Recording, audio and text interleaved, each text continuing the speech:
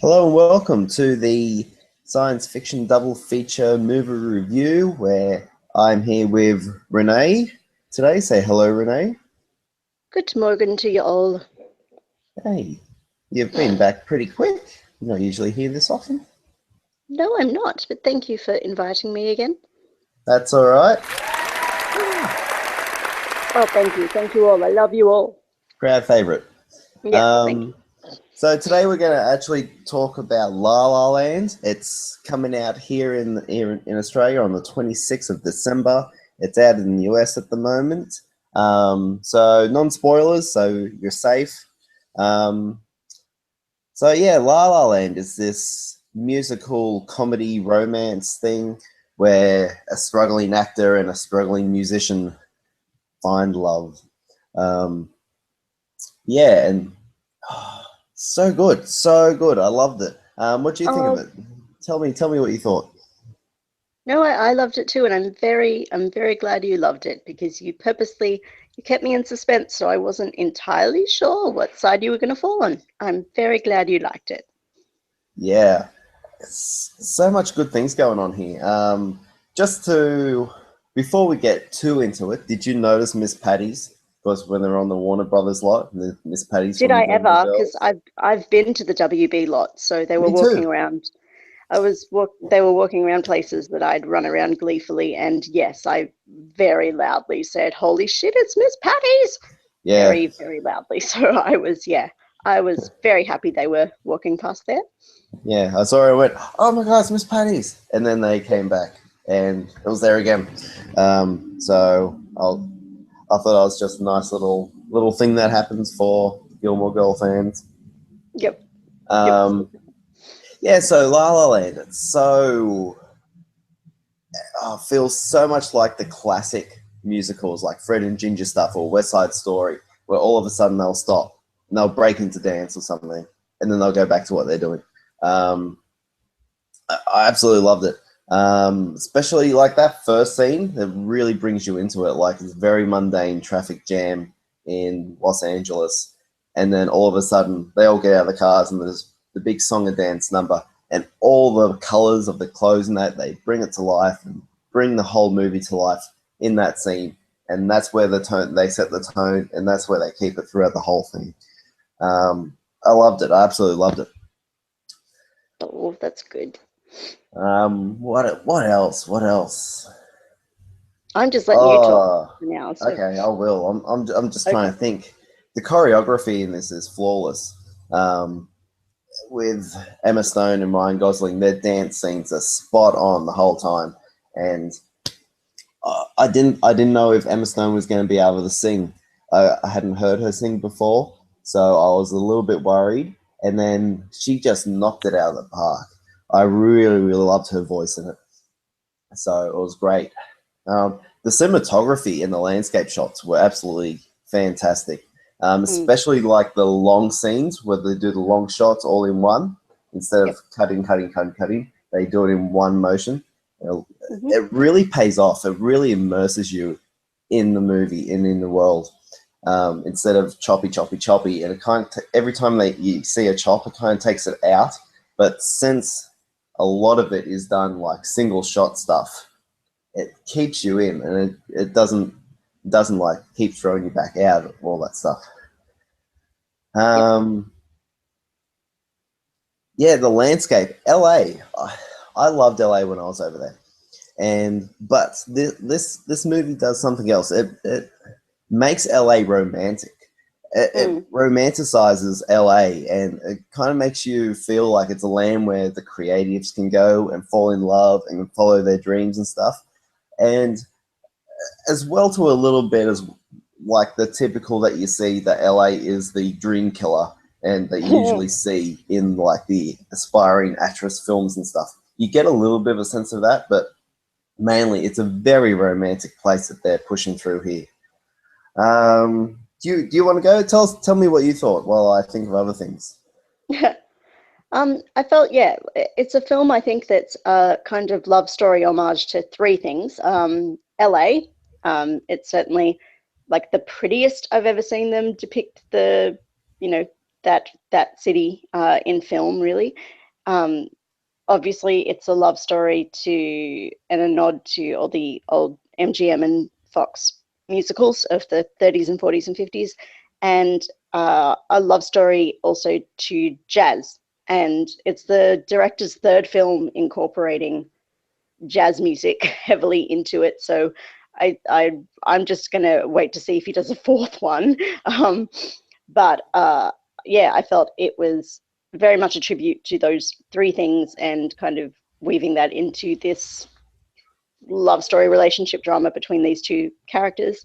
I felt that the music and the choreography and the singing, the levels of singing worked really well and effectively for the cast that they had and the style they were going for. So if I was going to measure it against what I usually like to see and hear in musicals and the standards I typically have as a big musical theatre fan, then it wouldn't go anywhere near up to par. But it worked perfectly for Ryan and Emma and what their capabilities are, and also the style of music that they were trying to weave in there with the heavy influence of jazz and stuff.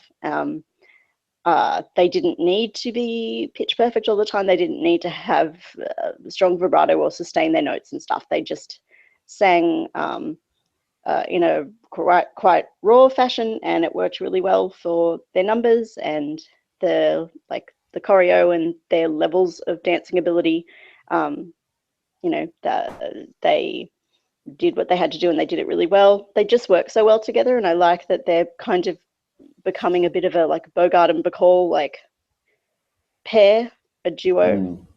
In kind of, again, in sort of that old Hollywood studio system style. And I hope they keep doing more films, because I think they have such a lovely, easy chemistry. It's always fun to watch those two work together. Yeah, no, I had a lovely time, and it made me smile a lot. I got a little bit teary at times. I felt like it did have a really dreamlike, purposefully idealized quality about it a lot of the time, but they put in some moments of realism in terms of both their struggling careers and choices they had to make and stuff that were, when they came up, you could tell that there needed to be some conflict and stuff. So you always knew that was going to happen, but when they came up, they still felt genuine. And certainly as someone who's in performing arts, a lot of that really hit home. So that was very powerful. I thought it was just such a lovely time spent in the cinema. And like you said, the opening number immerses you right into it straight away, and it was hilarious. And I also I resent people who go into a cinema not knowing what they're going to see. I can't stand that, making ignorant decisions when it comes to what you're going to see in the cinema. So there were a lot of people at my screening who clearly had no idea what they were about to watch. So when the opening number, Another Day in the Sun, when it happened in the traffic jam, and everyone was singing and dancing across cars, there were a lot of people making disgruntled noises or giggling and stuff, which I was just wildly amused. I'm like, oh fools, this is just going to keep happening. So yeah, some people couldn't handle it every time a song happened, but that's their own fault. Make informed choices, people. Make informed choices when you go to the movies.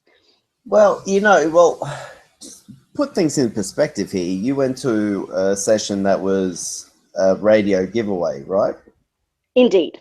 So a lot of people going, hey, it's a free movie. It's a night away from the kids. So I know. I can see that. That was my mini rant, sorry. That's all right. But sometimes I love seeing a movie. I have no idea what it's about, but I'm a lot more open. I'll watch pretty much anything.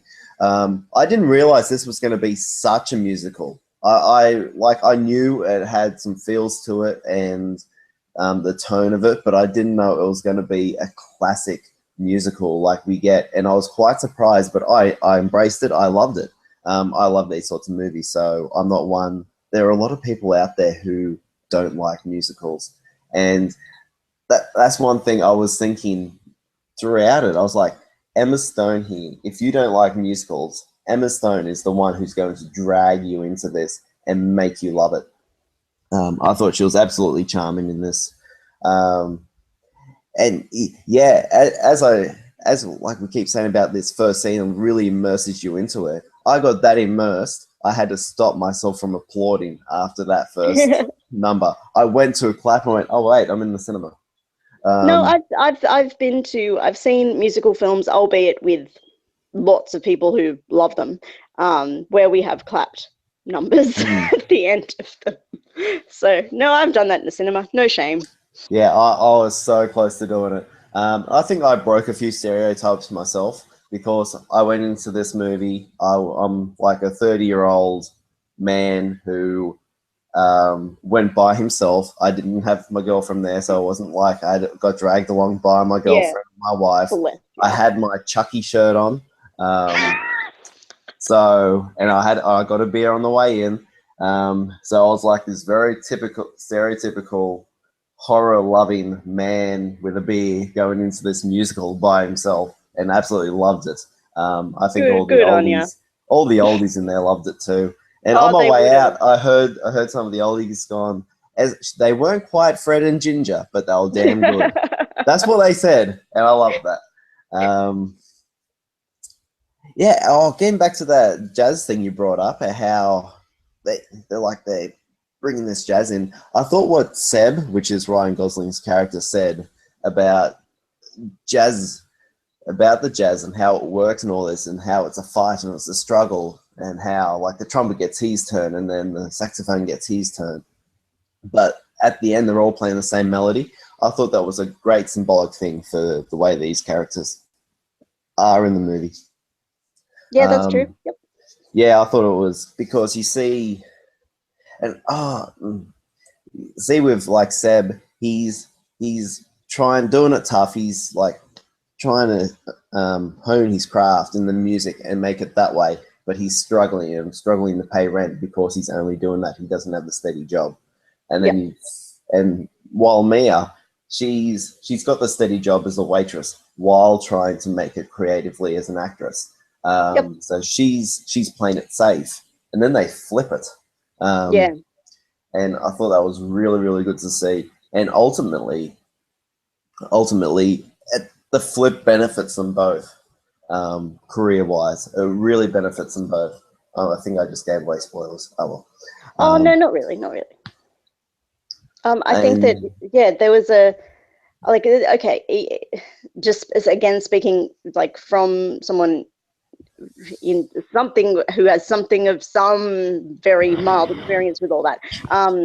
There were still parts of their stories in terms of their careers that were a little bit idealized, and you could tell that things were probably going better than they would in in the quote unquote real world.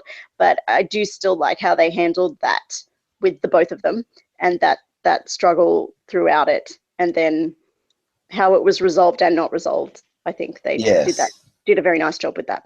yes, I quite like the ending of it as Mm, well. yes. I think the whole thing, for creative people, not specifically, but I'm sure. Well, yeah, specifically, but I'm sure other people can get something out of it too. But Yeah. there is so much inspiration there for creative dreamers, but Yeah. it also has that message that you can't have everything that you want. Yeah. Um, so yeah, I love this. I love this so much. No. It's my last movie I'll see in the cinema this year.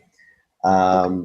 And I was not expecting my top 10 to change for 2016, Oh, but it's hooray. shot right to the top and has Oh, that's great. debunked Zootopia off number one for 2016. Take that, I Disney. love, I love this so much. I came home and I bought the soundtrack on iTunes. Yeah. Um, See, like, it I just mean, got to me. It got to me, and I was on a high the whole way home, reliving the moments and the songs in my head and the tunes, and it was fantastic. I was uncertain about how I would actually find the music itself. I knew that the lyrics were done by a pretty well-known musical theatre duo, um, but and I knew that the score itself was done by the same guy who had done the score for the director's first film, which was a really tiny indie musical, again about jazz. So I knew score-wise it was someone that the director obviously trusted, and I know the lyric writing duo, but I thought and I'd purposely kept away from hearing the soundtrack prior to seeing the film because I wanted to be pleasantly surprised or not. And no, I really liked the music. Again, I think it serviced what their singing voices are very well. I did have some issues, I will say, with audio editing for some of the numbers that were clearly done for pre-record tracks. So anything where there's a great deal of choreo and movement in a space tends to opt for the old-fashioned pre-record where you still probably sing on set, but, it's sort of lip-syncing thing. So like the opening number needed that, and the audio I felt was a bit off in that one where people would just sing it. It was just far too soft for a lot of the lyrics and stuff. But one thing that I think that you mentioned earlier with the extensive use of long shots and like zoom ins on into close-ups and stuff, that's kind of a bit of a nod to like what Tom Hooper really hammered in the Les Mis film in showing especially the songs they chose to do live, like sing live on set, which were a lot of the numbers were like softer numbers between Emma and Ryan, and also Emma's big 11 o'clock number, which was beautiful. Shows that they were, the really singing on set on that day at that time. And that worked really lovely as well. I think there's nothing like knowing that you're watching and listening to someone as they're really performing for you in that moment, and that's great. And there were a few times where I thought, I'm getting a tiny bit sick of the long shots and the pans and zoom ins and stuff, but they did work really beautifully, and I think it did serve again the dreamlike quality of the whole thing as well, and the intimacy of the relationship and their inner thoughts and struggles and stuff. But it really helped you to feel them as they were singing in that moment as well. Yeah. Well, I can't fault this movie. I cannot fault it. There's nothing that springs to mind that I say I hate or I didn't like or it felt off. For me, it all fit perfectly. It all worked perfectly. And yeah, there's only been 2 other movies this year I can say that about. And yes, I absolutely, I adored this film. I cannot wait I'm to very see much it. I'm very much looking forward to seeing it a second time and I'm going to take a little entourage of people, and that will be fun. So yes, I'm very much looking forward to seeing it again. I really, I did like it a great deal, and there were lots of moments where my musical fangirl squeed a great deal at all the nods to stuff I literally grew up on watching, like non-stop. That was all my cinematic reference was for the first 4 years of my life. I genuinely believed that all films made were musicals. It was crushing when I learned that wasn't the case, especially not anymore. So to see all those nods to the films that I was raised on was so cute and lovely.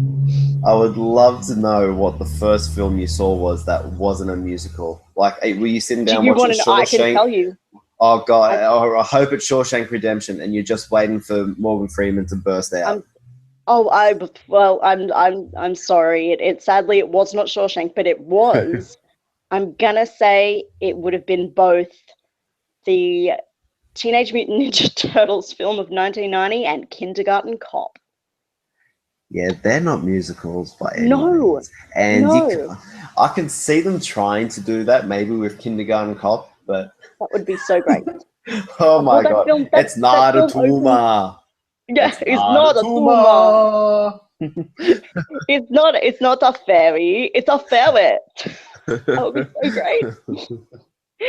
Yeah, but no, yeah, I genuinely just assumed every other movie had singing and dancing. So I think that's the thing, because it's not musical movies aren't a cinematic referenced like they were, like, you know, that you would, for decades, you would get several musical movies every year. It was just a given thing.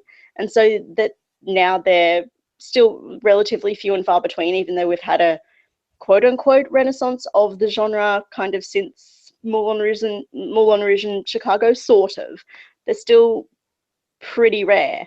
So it's just not something people are used to sitting down in a cinema and watching. So, and especially because obviously this film has two big Hollywood names that people really love. So that's either, I was thinking in terms of just a wider audience demographic going to see it, that, like, it could be hit and miss, but I think it's just such a well-crafted movie that I can't imagine people sitting down and not having a good time. Yeah. Like you're risking something when you I don't like to use the term in this case because they did such a great job, but when you stunt cast a movie musical, you're taking a risk because sometimes it's not going to be for the best. Getting really well-known names just for the sake of, you know, a draw card for audiences. I could go on and on about Les Mis, but it works in this instance, especially since it really is just a two-hander. You know, there's ensemble numbers where other people join in, and John Legend is there and has a song, but it's really just essentially a two-piece. It's a duo film, and again, because they just work so gosh darn well as a couple, I really hope that Emma and Ryan keep doing films together, because I like to think they have a lot of fun working together because they're just so good together. It's great. Yeah. I think if they weren't on the same page as each other, they'd go, oh, who's the other lead? Oh, it's Emma. No thanks. Yeah. Oh, yeah. They'd go, no, I've had enough. I've had enough Emma for one. Well, but like Bradley I don't know Cooper anyone who and could Lawrence. I could never have enough Emma for one day. No, she's great. She's I know she's got a Golden Globe. The film has a few Golden Globe nominations. I know she's certainly got one. A lot of people are talking that she'll get like an Oscar nod and stuff for it as well. Yeah. I think the movie will. I think the movie will get the nod for Best Picture. It did win Critics' Choice Award as well for Best Picture. Yes. Excellent. Lovely. So that was really good. I heard that and went, wow, this is great. And Zootopia got the animated, so. Oh, you were doubly happy. Oh. Yeah, I was. So yes, I'm very excited. I want to see this again. I doubt all it's going to be before it comes to home video, but I will be buying this Blu-ray. If you can get Brie there, it'll be great.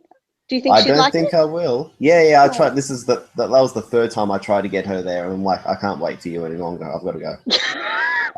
Mainly because she's going to pop with her baby very soon. So fair enough. That's probably why I won't be getting to the movies for the rest of the year. You'll be a tad busy. A little bit with number 2. All right then. So if you've got nothing else to add, I don't think so. Wrap it up. All right. Yep. So that's recommendations from both of us. Go see La La Land. Yes, go see. If you want to read any of our articles or anything, I believe Renee will be having something wrote up about this or written up about this. You can see it on Tumblr at sfdfmoviereviews.tumblr.com. We also have our Facebook page, facebook.com/SFDF Movie Reviews. We have a Twitter at SFDF Movie Review, one singular, mainly because the Twitter limits my characters, damn it. You can find us on SoundCloud, on iTunes, on YouTube. We're all over the net. So that's it from us today. Say goodbye, Renee. Goodbye. Go see La La Land. Oh, thank you. Thank you so much. Thank you. And it's goodbye from me. Bye.